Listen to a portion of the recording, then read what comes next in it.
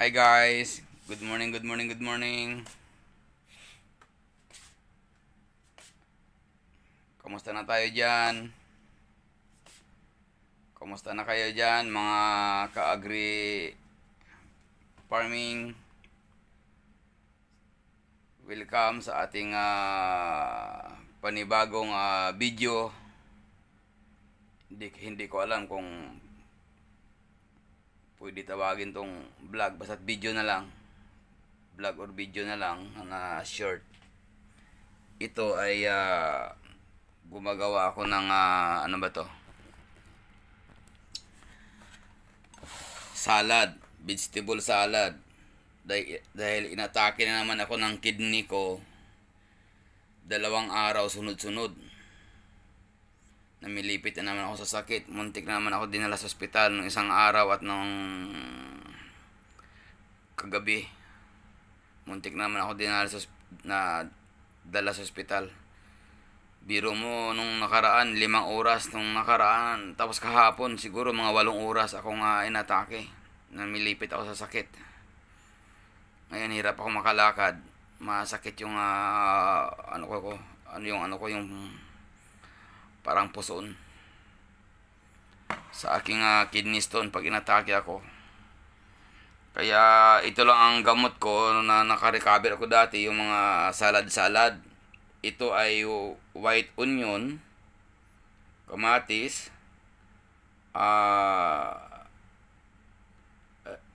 yung red apple, cucumber, saka parsley leaf, saka ano ko isa? Parsley leaf, saka parsley leaf, saka ano ba 'yan? Coriander leaves. Yan ang panggamot ko sa kidney stone. Ang maganda ay itong parsley leaves saka coriander leaves. Hindi ko alam kung mayroon ito sa Pilipinas. Yung ito ay tinatadtad namin ng maliit dito sa bansang Middle East. Ito ay paborito dito sa Middle East ng lahat ng tao. Pero Pilipino hindi gano'ng kumakain. Kasi sabi nila, pagkain ng kambing daw. Kasi mga dahon-dahon. Yung mga ibang lahi, paborito nila ito. Arabo man o anong lahi, paborito nila yan. Yan. Ito yung coriander leaves saka parsley leaves. Nagmix na kasi tinadtad ko siya. Kaya ito yung gamot ko sa kidney stone at uric acid. Sa ganito ako nakarecover. Ay, pigaan ko pala ito ng limon. Kailangan kasi may limon ito eh. Yan Pigaan natin ng limon. Tapos, magpritong isda na lang ako. Yan, ang kapartner.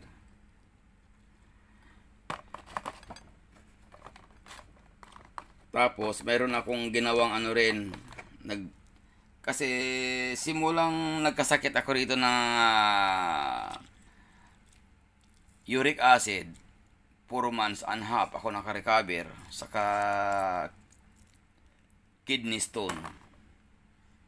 Pabalik-balik ko sa ospital. Walang kwenta yung mga gamot na binibigay dito ng mga doktor. Hindi ako nakarecover. Mapa-government hospital man ako, balik-balik. 2 private hospital ang pinuntahan ko, pabalik-balik. Hanggang nasira na lang yung kidney ko sa pain reliever na binibigay nila. Mabuti nakita ko sa YouTube sa doktor sa Pilipinas na 3 kasi ang sinusundan kong doktor sa Pilipinas, ayaw ko nang banggitin. Naka-YouTube sila. Saka yung mga herbal, mayroon pa. Hindi naman sila doktor pero mga magaling sila sa herbal. Bawal pala yung iinom ka ng inom ng pain reliever kasi sisirain niya yung kidney mo. Kaya doon nasira yung kidney ko sa inom ako ng gamot. Dahil sumasakit nga yung paa ko na 2, sumasakit yung 2 kong kamay, yung isang kamay magang-maga itong kanan ang magang-maga ko.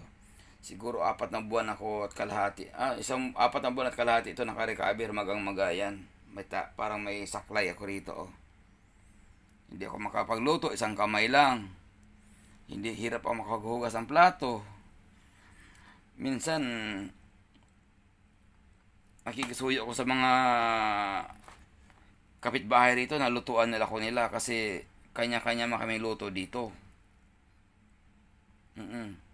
Kasi kahit puro man kayo Pilipino, sa isang bahay or katabing bahay, hindi ka pwede nila maasikaso kasi nga may mga kanya-kanyang trabaho dito.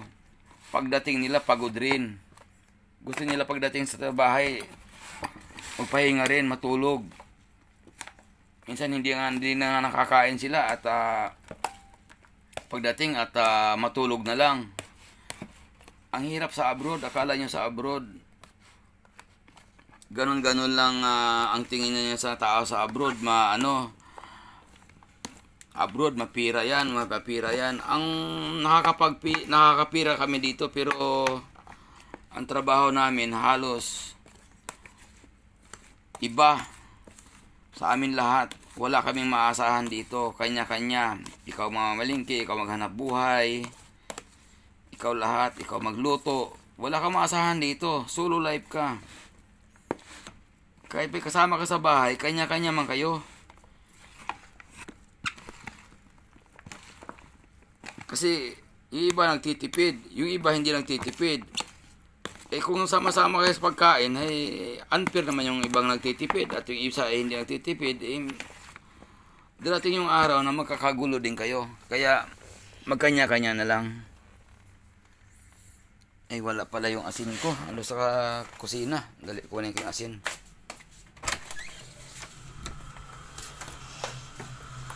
Kunin ko yung asin sa kusina namin. Ito yung kusina. Yan. Ang dilim, pinatay ko ilaw yan. Saan yung asin kanina? Saan nilagay yung asin?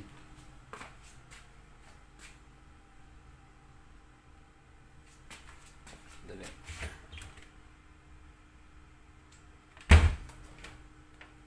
Ay, dito. Ayun. Dito yung asin.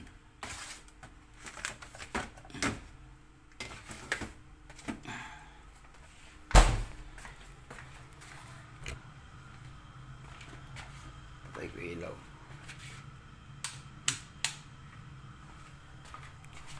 Yan.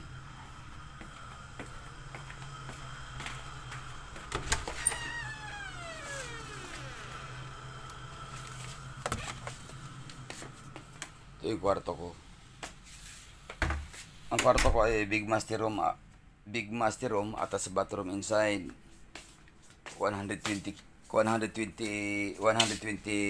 KD dinar pag inupahan. Kaya lang libre ako dito kasi ako ang nagpapaupa. Marami kasi akong paupahan dito. Inuupahan ko rin yung mga building at paupahan ko rin yung mga room. Yan ang hanap buhay ko dito. Kaya solo lang ko dito. Kaya lang tambak ng mga gamit ko kasi sa 20 years ko dito, sa bansang ito, sa 20 years ko dito, siguro ilang beses ako napa door to door. 2 times lang sa 20 years ako dito. 2 times lang ako napa door to door. 2 beses lang. Ayan. Yan yung mga gamit ko, tambak. Yun, puro aparador. Yan. Yan, puro aparador yan. Puno yan ng mga aparador na yan. Kasi kung wala akong aparador na marami, ano yan? Hindi ka kasi magulo masyado ang kwarto. Hindi ko na nga masyado na arinso kasi nga yan may mga darating na mga gamit, may dito na kasi kasama yung mga budiga kung yung mga tools kasi sa maintenance, sa mga plat kong paupahan may mga tools ako rito. Hindi ko pwedeng iwanan yung mga tools sa labas kasi nawawala. May kumukuha din, hindi mo alam kung sino kumukuha, tinatago rin nila. Kaya nauubos yung mga tools ko. Kaya dito na ako na lang sa loob nilalagay yung mga tools. Kaya yan, mga cabinet na yan, may mga tools yan. Kompleto yan sa tools. Kasi lahat ng maintenance dito ay kami na ang gumagawa. Pag hindi ko kaya, kumukuha ako ng technician. Kasi sayang mo yung ibabayad mo. At least experience ko din na marunong ako sa maintenance sa bahay. Yung mga tubo na yan, mga gripo, mga yan, kinakabit ko yan. Mga exhaust fan, lahat. Ang hindi ko lang kaya ikabit yung heater kasi ayaw ko pakialaman yun, malakas ang power nun. Yan, ang CR ko, yan. Yan, malaking aparador din yan. Yan. Malaki ring aparador yan. Punong-puno din yan. Hanggang doon sa taas, yan. Yan.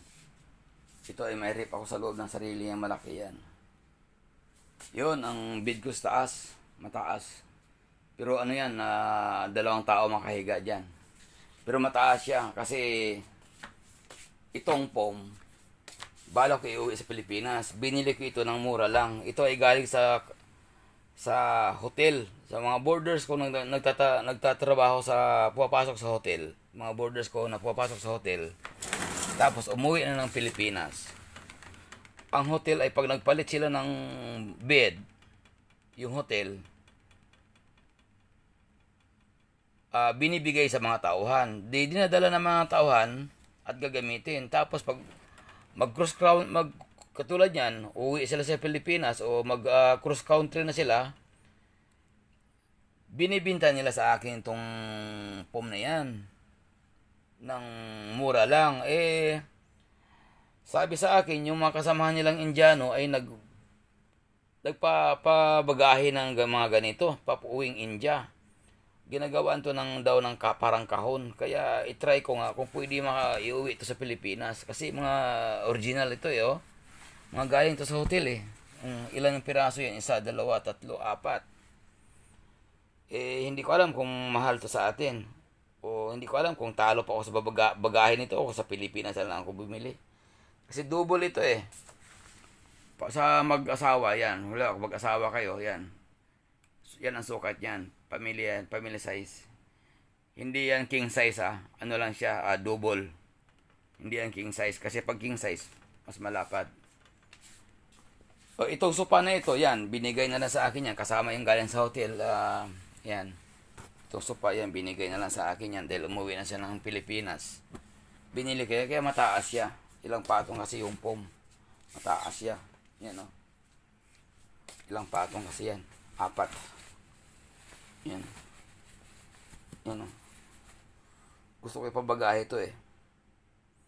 I-try ko kasi mayroon daw na door to door na kaya daw to gawa ng kahon. Sayang 4, 1, 2, 3, 4. 4 pieces to eh. Yan Di na ako bibili sa Pilipinas. Mas original pa ito. Yan sa hotel galing yan. Saka itong kwan. Hindi ko na pauwi ito. Dito lang yan. Binigay lang naman to. Kasama na yung galing sa hotel. Yan din yan. Galing sa hotel. Balik tayo sa aking ginagawa na salad. Ito ay gamot ko sa aking uric acid saka kidney stone. Medyo ilang buwan na kasi ako halos na hindi na kumakain itong salad na ito. Kaya medyo hirap na naman ako makaihi. Saka yung inatake ako 2 araw sunod-sunod, 2 gabi. Yung una 5 hours.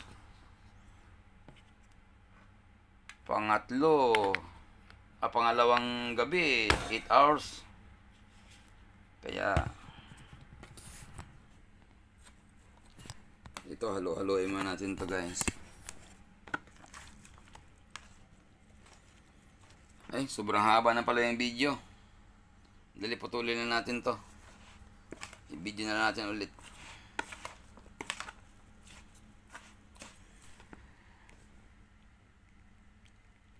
Hanggang dito na lang guys.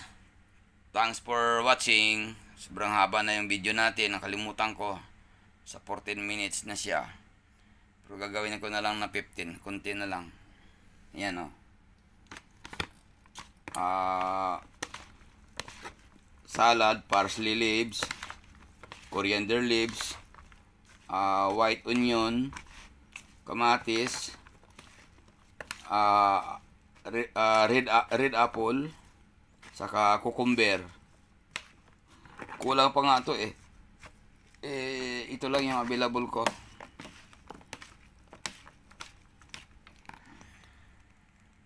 Okay guys, thank you. Love. Thanks for watching.